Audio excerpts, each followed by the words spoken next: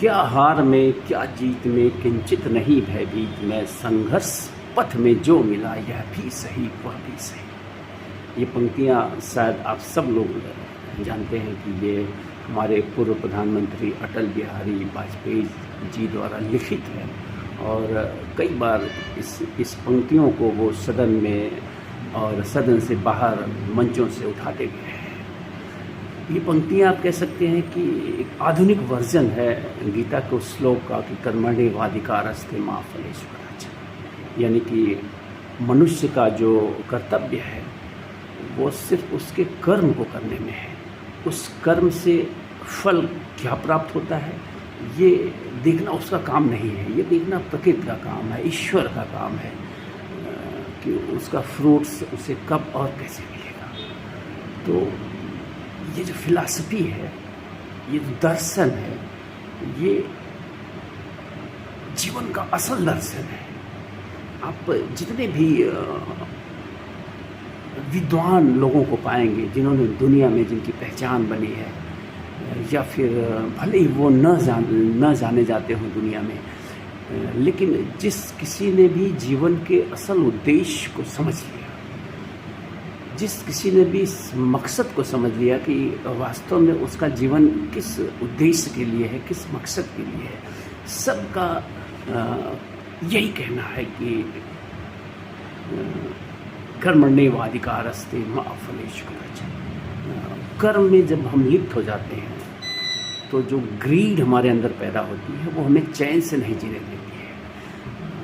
आज आप देखिए, गरीब से गरीब, यानी जिसके पास कम पैसे हैं या जिसके पास सबसे अधिक पैसे हैं, आप सबसे धनाढ़ लोगों को एज एग्जाम्पल ले लीजिए, अडानी को ले लीजिए, अंबानी को ले लीजिए, ऐसे तमाम व्यवसायियों को ले लीजिए। आप अपने इर्द गिर्द भी देखते होंगे जो आपसे कई गुना रईस लोग हैं, ये इतना रईस होने के बाद भी भूखे हैं, ये दौड़ रहे हैं, रात दिन दौड़ रहे हैं कुछ और संपत्ति बढ़ाने के लिए, कुछ और अधिक अर्जित करने के लिए। तो ये लोग वो हैं जो कर्म करने से पहले उसके फ्रूट्स की लालसा जोड़ लेते हैं, और यही जो है वो फ्रूट की जो लालसा है, जो कर्म के फल की जो अभिलाषा इनकी है, उसे आप लालच कह सकते हैं, ग्रीड कह सकते हैं। और ये ग्रीड उन्हें जीने नहीं देता है और वे जीवन के असल मकसद और उद्देश्य से भटक जाते हैं और जीवन पर्यंत वो जो है इस लालच के पीछे भागते रहते हैं तब तक जब तक कि उनका ये शरीर रूपी यंत्र साथ देता है। और जैसा कि आप सब जानते हैं कि ये शरीर रूपी यंत्र जो है वो तो यक्ष प्रश्न है, मौत तो आनी है, ये सत्य है, सब ने देखा है, कोई भी अमर नहीं है। ये जीवन एक यात्रा है, कुछ 40-50 साल जीवन के महत्वपूर्ण वर्ष होते हैं। ये वर्ष वो होते हैं जिनमें कोई भटक जाता है, कोई संभल जाता है।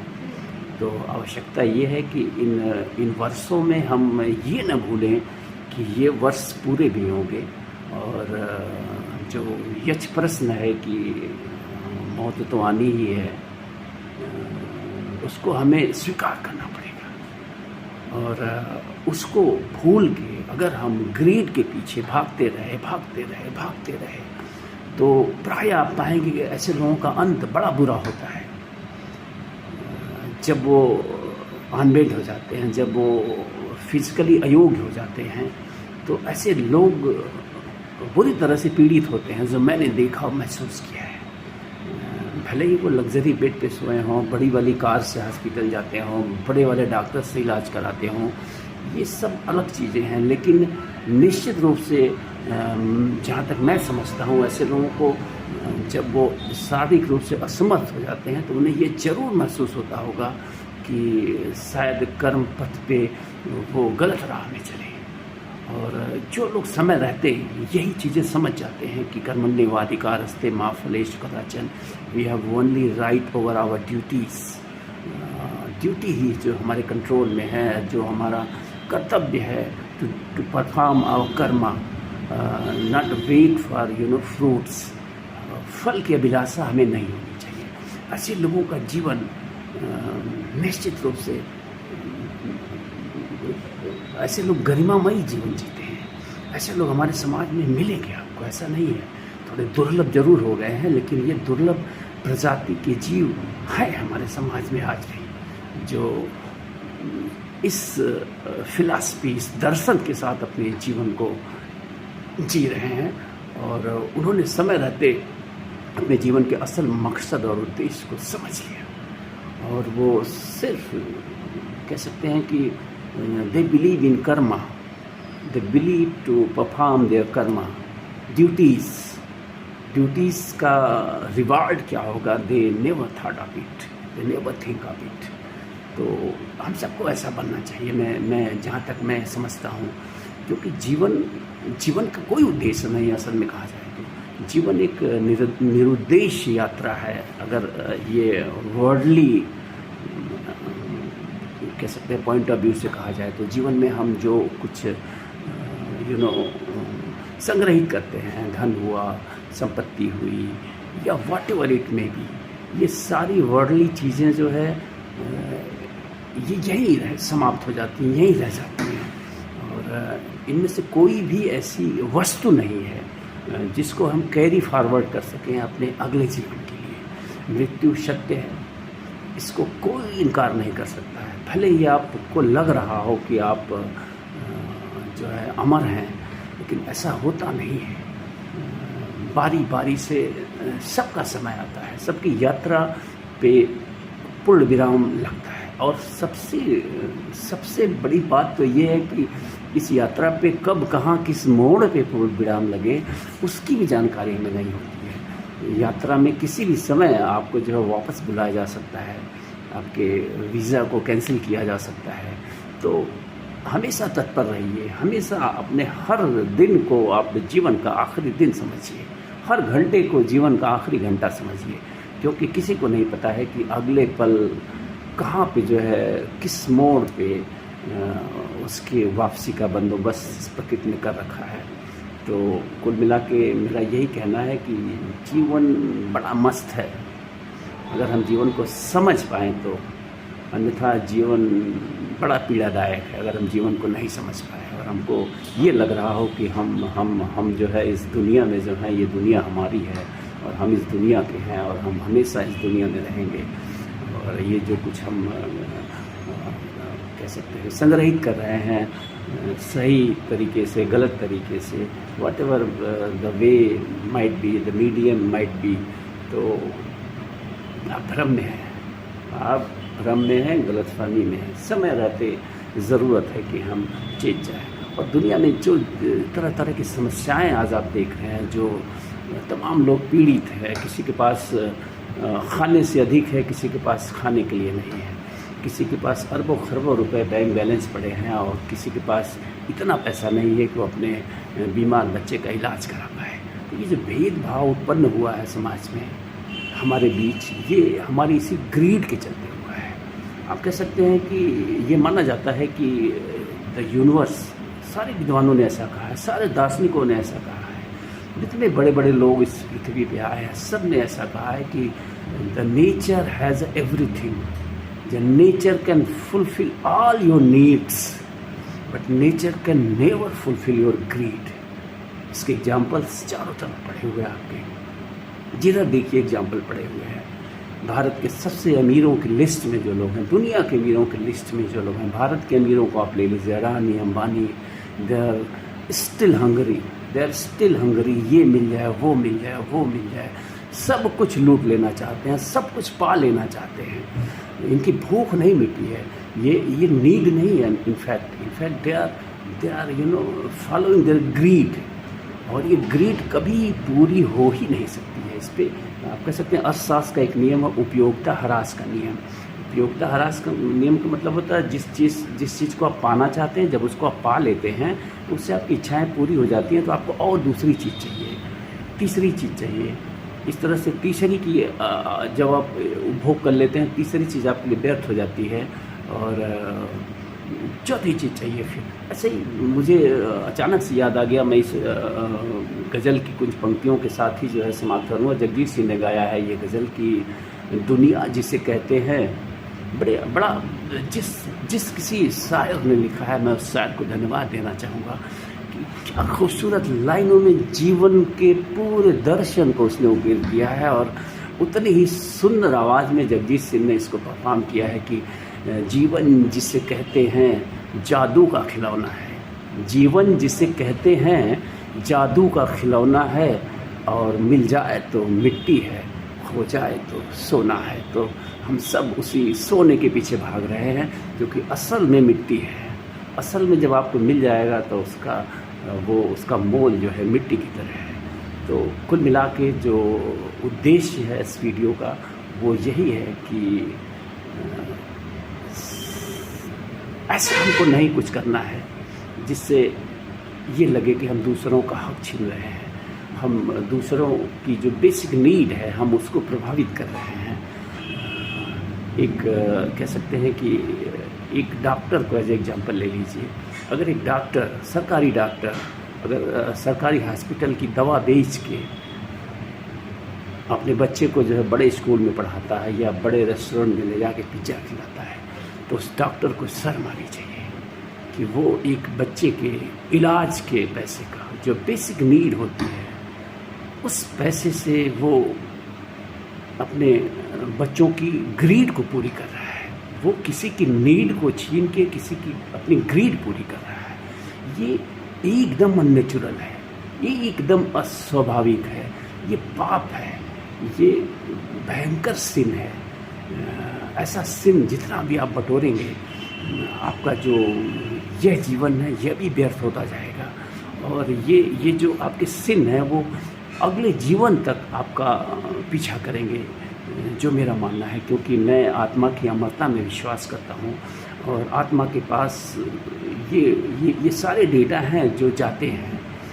कोई वस्तु नहीं जाती है, लेकिन ये जो कर्मा है हमारे, ये निश्चित रूप से कैरी फॉरवर्ड होते हैं आगे की तरफ और हमारे अगले जीवन की तरफ। तो ये जो आप सिन कर रहे हैं, जो आप पाप कर रहे हैं, इस तरह के घिनौने पाप, ये पाप आपको इसकी भारी कीमत चुकानी पड़ेगी। आपसे जुड़े जो करीबी हैं उनको भी ये कीमत चुकानी पड़ती है।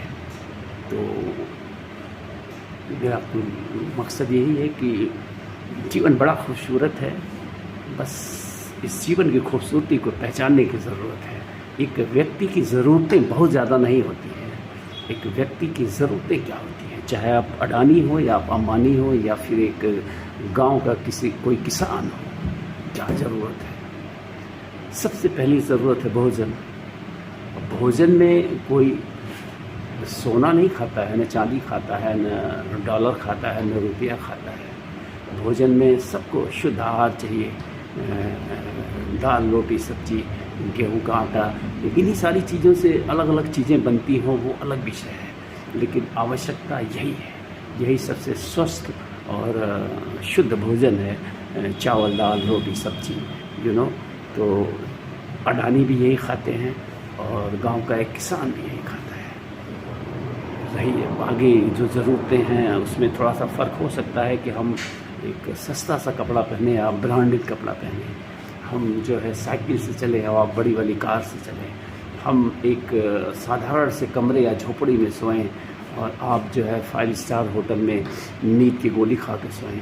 तो ये ग्रीड है, ग्रीड कभी नहीं पूरी होगी, किसी की भी ग्रीड नहीं पूरी हुई है। सिकंदर की ग्रीड भी नहीं पूरी हुई है।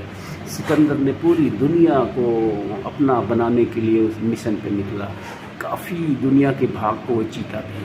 अंत में लोग बताते हैं कि सिकंदर जब बीमार हुआ तो उसने सारे डॉक्टरों को बुलाया, जो भी वैद्य उस समय हुआ करते थे, सब ने हाथ खड़े कर दिए कि अब आपका आखिरी समय आ गया है और कोई भी पावर या पैसा आपको स्वस्थ नहीं कर सकता है। तब सिकंदर को यह एहसास हुआ कि ये जो मैं ग्रीड के पीछे भाग रहा था इसका कोई मतलब नहीं है। और उसने अपने लोगों से कहा कि जब मैं मर जाऊं तो एक बात का ख्याल रखना कि जो ये मेरे दोनों हाथ हैं इनको वो कफन से बाहर निकाल देना और इसको खुला छोड़ देना, ताकि लोग देख सकें और जान सकें और समझ सकें कि एक व्यक्ति खाली हाथ आता है और खाली हाथ ही जाता है, चाहे वो सिकंदर हो चाहे वो एक आम आदमी हो। अडानी भी खाली हाथ जाएगा, अंबानी भी खाली हाथ जाएगा, मैं भी खाली हाथ जाऊँगा, आप भी खाली हाथ जाएंगे। इस यात्रा का अंत यही है, खाली हाथ जाना है। लेकिन यहाँ डिफरेंस जो है कि कौन किस प्रकार का कर्मा लेके जा रहा है, ये मायने रखेगा बस। वो कर्मा जो इनविजिबल है, वो कर्मा आपकी बड़ी बड़ी कोठियाँ, बड़े बड़े फार्म हाउस, बड़ी बड़ी गाड़ियाँ नहीं है। वो कर्मा है आपके, देखिए अच्छे कर्म की परिभाषा जहाँ तक मैं समझता हूँ इनबिल्ट है हम सबके अंदर। एक गलत से गलत काम करने वाला भी ये जानता है कि वो गलत कर रहा है। जो हमारे अंदर का कॉन्शियस माइंड है वो हमें हर बार सचेत करता है। जब कभी भी हम कुछ गलत करते हैं तो वो सचेत करने से बाज नहीं आता है, हम बस उसकी अवहेलना कर देते हैं। वो हमें रोकता नहीं है ज़बरदस्ती, वो अथॉरिटी उसके पास नहीं है कि हमें ज़बरदस्ती रोक दे। फ्रीडम हमको मिला हुआ है कि कर्मा हमें चुनना है, अच्छे या बुरे। वो सजेस्ट ज़रूर करता है।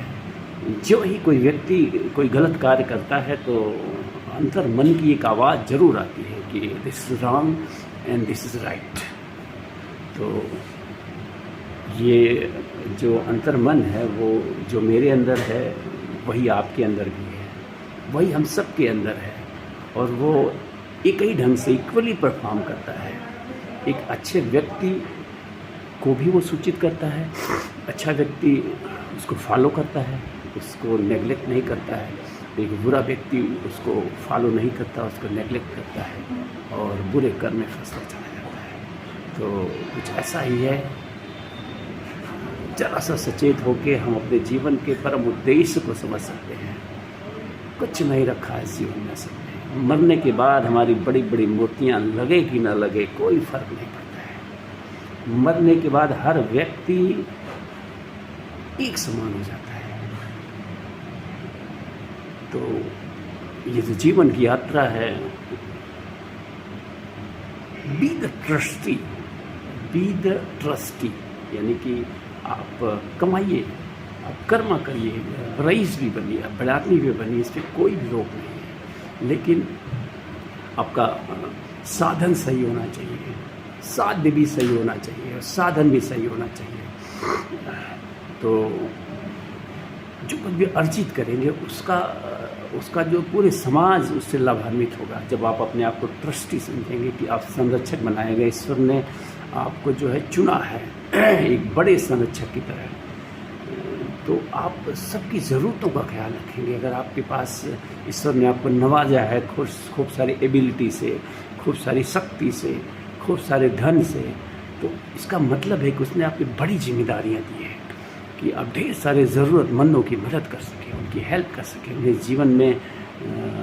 उनके जीवन में प्रकाश भर सकें, उजाला भर सकें।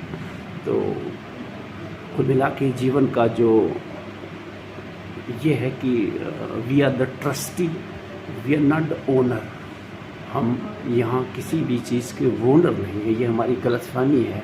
और फिर मैं गीता पे आता हूँ कि गीता के सारांश के बारे में कहा जाता है कि क्या लेकर आए थे, क्या लेकर जाओगे, जो लिया यहीं से लिया, जो दिया यहीं पर दिया।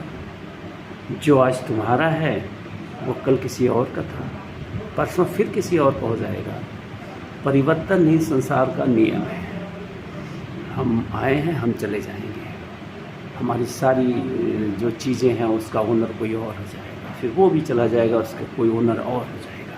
आज जिन संपत्तियों के हम अपने आप को मालिक समझ रहे हैं, ये संपत्तियाँ इसके पीछे किसी और की थी, आपके पिता की थी, उसके पीछे आपके पिता के पिता की थी, उसके पीछे आपके पिता के पिता की थी, उसके पीछे किसी राजा की रही होंगी, उसके पीछे किसी ज़मींदार की रही होंगी, उसके पीछे किसी लुटेरे की रही होंगी संभवतः।